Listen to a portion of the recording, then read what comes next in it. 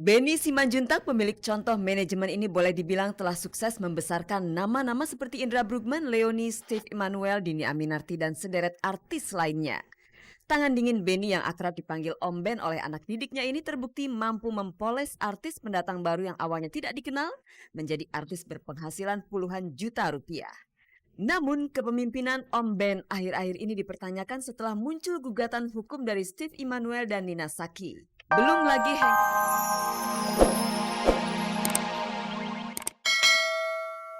Halo pemirsa, selamat pagi dan apa kabar Anda? Senang sekali saya Nadia Mulya kembali menjumpai Anda tentunya di GoSpot. Gosip terdepan seputar orang ternama. Saya akan mengajak Anda untuk menjelajahi seluk-beluk dunia selebriti, menjaring gosip-gosip terpanas, serta membongkar fakta yang tersembunyi di balik gemerlap kehidupan dunia selebriti. Dan pemirsa, jangan sampai Anda ketinggalan kuis SMS GoSpot di mana Anda bisa mendapatkan 3 juta rupiah untuk 3 orang pemenang. Caranya jawablah pertanyaan di penghujung acara nanti dengan cara mengetik GS spasi jawaban A atau jawaban B dan kirimkanlah ke nomor 6288. Dan pemirsa, bersama GoSpot Anda tidak perlu was-was ketinggalan berita. Dan inilah sajian informasi segar bagi Anda yang haus akan berita dari dunia selebriti.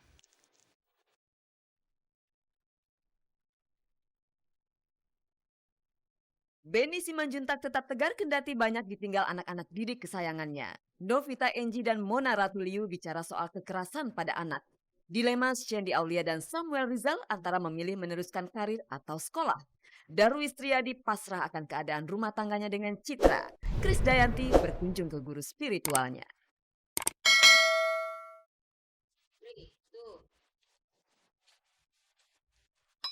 Pemirsa, berita tentang kepergian Dini Aminarti dari Contoh Manajemen ternyata bukan hanya hisapan jempol belaka. Kabarnya nih, Dini enggan untuk memperpanjang kontraknya dengan Contoh Manajemen yang sebentar lagi akan habis. Nah, apabila Dini benar-benar hengkang, ini berarti akan menambah daftar panjang nama-nama artis yang tidak lagi bekerja atau putus hubungan dengan Contoh Manajemen. Apakah semuanya hanya kebetulan saja? Atau jangan-jangan ada yang salah dengan gaya contoh sang Benny Simanjuntak yang punya Contoh Manajemen tersebut? Pemirsa, daripada kita menebak-nebak, mari kita saksikan saja liputan selengkapnya. I know I may be young, but I've got feelings too.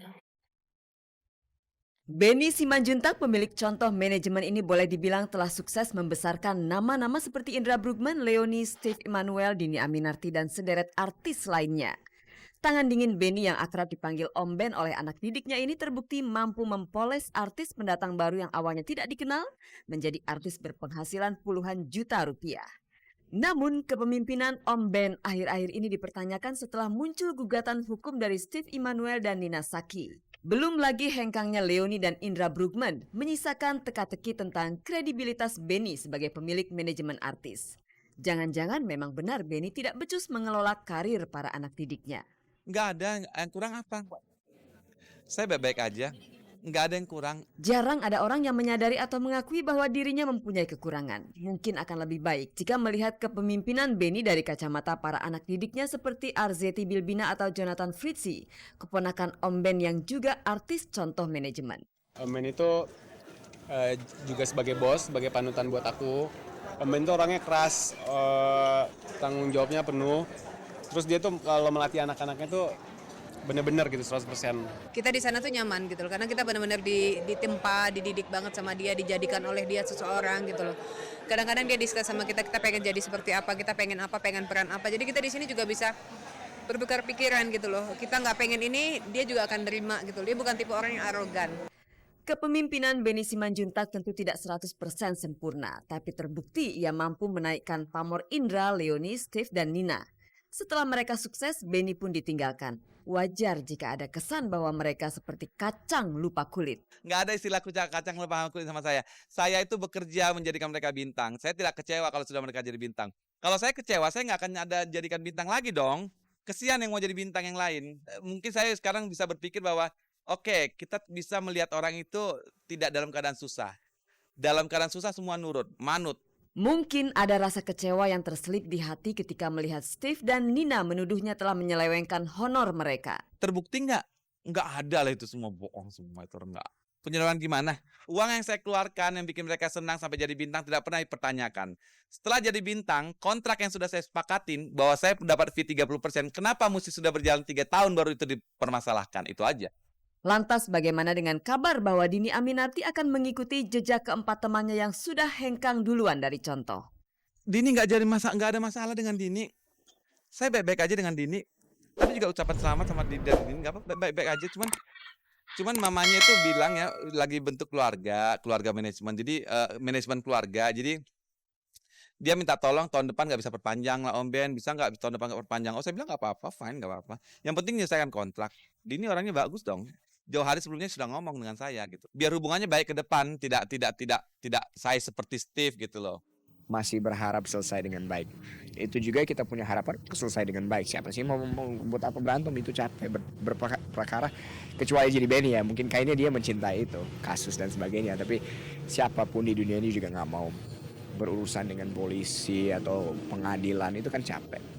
Kendati didera berbagai masalah tidak menyurutkan semangat Benny untuk mengorbitkan cikal bakal artis lainnya. Benny pun tidak merasa reputasinya sebagai pemilik manajemen artis jadi terpuruk. Enggak, tetap maju. Justru saya dapat undangan ke Belanda kemarin wawancara. Itu sudah cukup membanggakan saya membawa nama bangsa.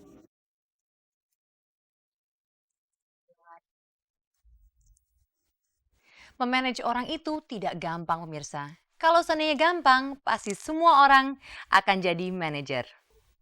Pemirsa, dulu orang tua suka mendidik anak dengan berbagai macam cara yang keras. Dari mencubit, menjewer, memukul, menampar, bahkan sampai ada yang ekstrim anaknya diikat di tiang rumah. Tapi itu dulu pemirsa, kalau sampai dilakukan lagi sekarang, bisa-bisa pelakunya langsung diseret ke meja hijau. Namun meski begitu bukan berarti bahwa kekerasan terhadap anak tidak ada lagi. Sayang sekali kekerasan terhadap anak seperti yang saya sebutkan tadi pemirsa masih saja berlangsung di masyarakat kita. Nah mungkin kita bisa memetik sebuah hikmah dari sebuah kejadian yang menimpa seorang bocah dari Bekasi berikut ini.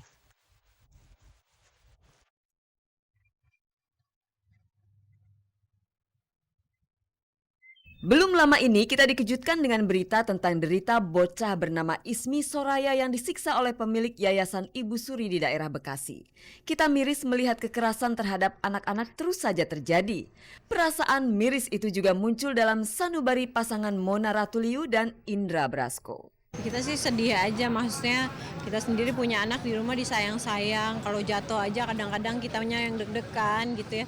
Luka sedikit aja kayaknya, aduh kenapa nak gitu ya. Cuma kalau tiba-tiba ada nasib di luar rumah kita tuh ada nasib anak-anak yang seperti itu, kita sih prihatin banget. Perasaan yang tak kalah sedihnya juga dirasakan oleh Novita Enji. Saya miris banget dan juga rasanya panas hati banget, dalam artian kok ada orang yang tega melakukan itu dan anaknya kan dijambakin, diapain segala macam.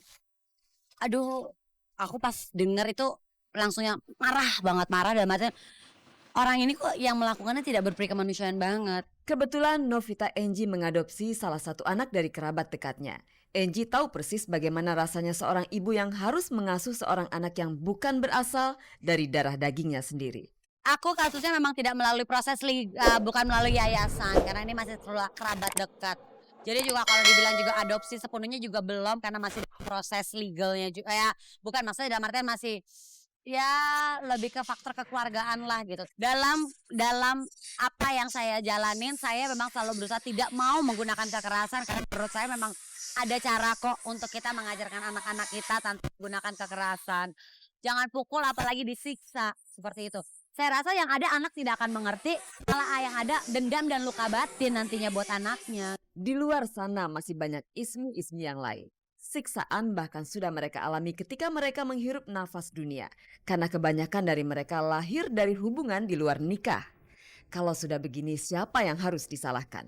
Orang tua mereka yang tak bertanggung jawab ataukah kita yang kelewat permisif terhadap perilaku seks bebas? Kasusnya berentet dari banyak hal sih ya. Kayak misalnya sekarang ya seks bebas akhirnya menghasilkan anak yang tidak bisa dipertanggungjawabkan, tiba-tiba yang dibuang kemana lah, ditaruh depan rumah orang lah, dibuang ke kali lah, yang tiba-tiba mungkin diambil oleh tangan-tangan yang kurang bertanggung jawab gitu loh. Jadi sebenarnya ini masalah dari kasus masyarakat yang berkepanjangan.